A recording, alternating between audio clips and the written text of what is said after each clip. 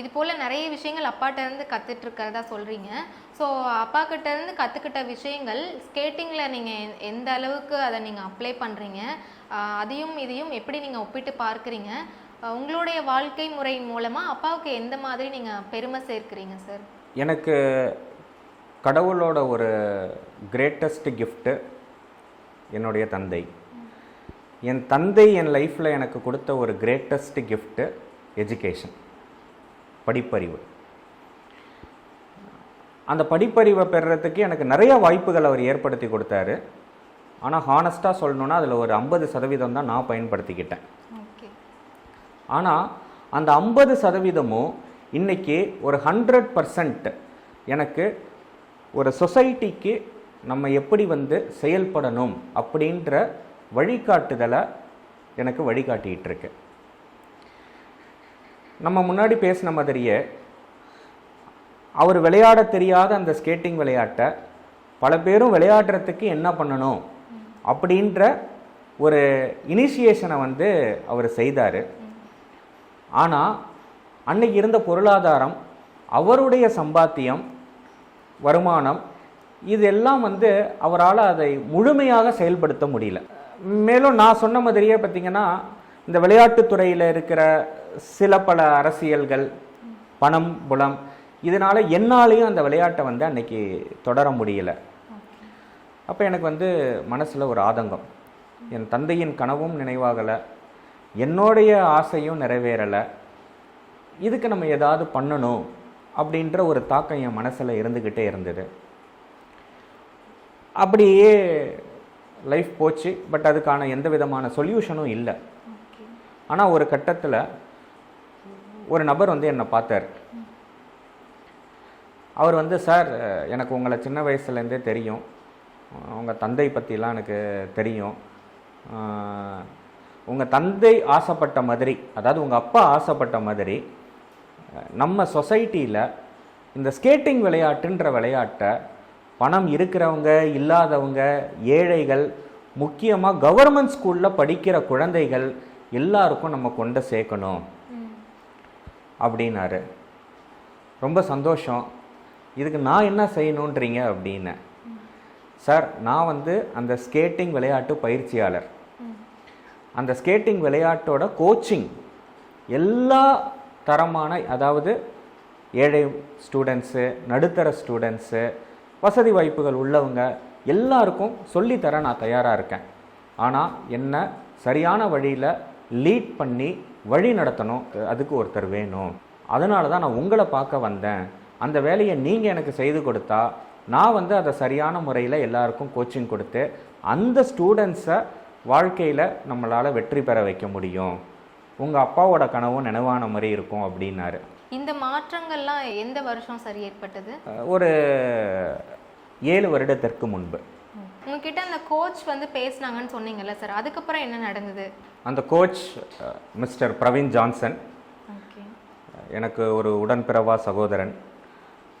அவர் இந்த மாதிரி எல்லா நிலையில் உள்ள ஸ்டூடெண்ட்ஸுக்கும் நம்ம அந்த ஸ்கேட்டிங் விளையாட்டு சொல்லிக் கொடுக்கணும் சார்னு என்கிட்ட கேட்டார். அவருடைய அப்ரோச் எனக்கு ரொம்ப பிடிச்சிருந்தது. அவர் சொன்ன விஷயங்கள் உண்மையாக அதை செயல்படுத்தணுன்ற அந்த ஆர்வமும் அந்த உண்மைத்தன்மையும் அவர்கிட்ட இருக்கிறத நான் உணர்ந்தேன். அதனால் என்ன பண்ணோன்னு கேட்டிங்கன்னா, ஒரு ஸ்கேட்டிங் அகாடமி முதல்ல உருவாக்கணும்.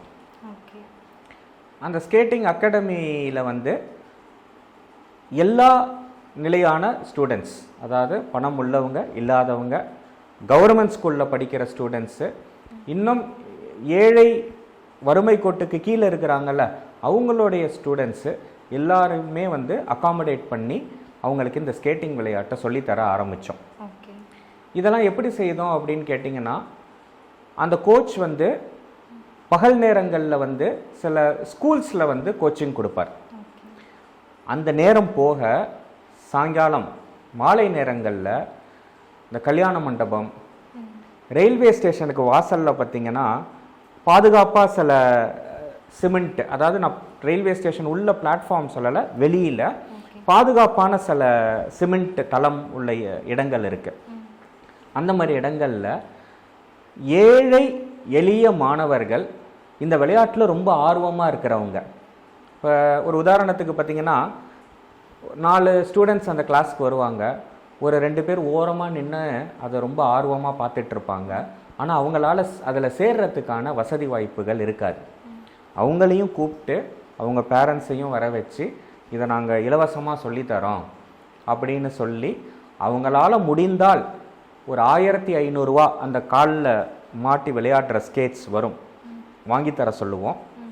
சார் எங்களால் இது வாங்குறதுக்கு வசதி இல்லை அப்படி அவங்க சொன்னாங்கன்னா அதையுமே நாங்களே வாங்கி கொடுத்து அந்த ஸ்டூடெண்ட்ஸுக்கெல்லாம் இந்த விளையாட்டை சொல்லித்தர ஆரம்பித்தோம். நாங்கள் மற்ற ஸ்போர்ட்ஸ்லலாம் கூட ஸ்டூடெண்ட்ஸ் கலந்துக்கிறாங்க, கபடி, வாலிபால், ஃபுட்பால் அந்த மாதிரி. பட் ஸ்கேட்டிங்னு எடுத்துக்கிட்டோனாலே இது ரொம்ப பணம் அதிகமாக தேவைப்படும், இது பணக்காரங்க விளையாடுற விளையாட்டு, வெளிநாட்டில் விளையாடுற விளையாட்டுன்னு சொல்லி ஒரு முத்திரை இருக்குது பொதுவாகவே சமூகத்தின் பார்வையில். நீங்கள் ஆரம்பத்தில் இந்த மாதிரி கவர்மெண்ட் ஸ்கூல் ஸ்டூடெண்ட்ஸ்க்கு சொல்லித்தரீங்கன்ற பொழுது அவங்க அதை எப்படி எடுத்துக்கிட்டாங்க? ஸ்டூடெண்ட்ஸ் எந்த அளவுக்கு ஆர்வத்தோடு கலந்துக்கிட்டாங்க? நீங்கள் அந்த கோச் சொன்னீங்க, ஸோ உங்கள் 2 பேரை தவிர வேறு யாரெல்லாம் உங்களுக்கு சப்போர்ட் பண்ணாங்க சார்? எதுவுமே பார்த்திங்கன்னா நம்மளோட அந்த ப்ரெசன்டேஷனில் தான் இருக்குது. ஒரு சின்ன உதாரணம், இப்போ உங்ககிட்ட நான் ஒரு கேரட் கொடுத்து சாப்பிடுங்க அப்படின்னா நீங்கள் சாப்பிட மாட்டீங்க. ஆனால் அந்த கேரட்டை ஒரு ஃப்ளவர் மாதிரி கார்விங் பண்ணி அதை கொண்டாந்து கொடுக்கும்போது அந்த ஒரு ஷேப், அந்த ஒரு டிசைன், அந்த ஒரு கிராஃப்ட் பண்ணதோட அழகு அதை சாப்பிடணும் அப்படின்னு உங்களுக்கு ஒரு ஆர்வத்தை உருவாக்கும். அப்படின்னும்போது அந்த ஸ்டூடெண்ட்ஸுக்கு அதை கற்றுக்கணுன்னு ஒரு ஆர்வம் இருக்குது, ஆனால் வசதி வாய்ப்புகள் இல்லை. இதை போய் நம்ம அவங்கக்கிட்ட எப்படி சொல்லலான்ற ஒரு தயக்கமும் அவங்கக்கிட்ட இருக்கும்.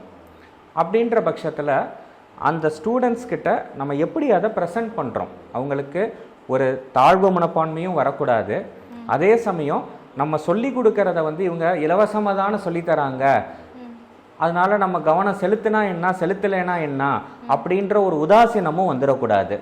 ரெண்டுத்தையுமே நீங்கள் என்ன பண்ணணும், பேலன்ஸ் பண்ணி சரியான முறையில் அவங்களுக்கு எஜுகேட் பண்ணணும். விளையாட்டுன்றது நம்ம எப்படி அறிவியல், கணிதம், தமிழ், ஆங்கிலம்லாம் படிக்கிறோமோ அதுபோல் அதுவுமே ஒரு எஜுகேஷன் தான். விளையாட்டு ஏன் எல்லாம் விளையாடுறாங்க? இறுதி இலக்கு வெற்றி பெறணுன்றதுக்காக. அப்போ விளையாட்டில் ஒரு வெற்றின்றது என்னது? ஒரு மெடல் வாங்குறது, ஒரு ஷீல்டு வாங்குறது, சர்டிஃபிகேட் வாங்குறது, இதெல்லாம் வெற்றி கிடையாது. எந்த ஒரு விளையாட்டினால் ஒரு மனிதன் மன ரீதியாகவும் உடல் ரீதியாகவும் தன்னை ஆரோக்கியப்படுத்திக் கொள்கிறான், திடப்படுத்திக் கொள்கிறான், அசாதாரணமான சூழ்நிலையில் தன் உடல் வலிமையாலும் மன வலிமையாலும் சரியான வகையில் ஒரு மனிதனால் செயல்படுவதற்கு தயார்படுத்தக்கூடியது தான் ஒரு விளையாட்டு. அதுவே ஒரு விளையாட்டு மூலம் ஒரு ஸ்டூடெண்ட்ஸுக்கு கிடைக்கக்கூடிய வெற்றி.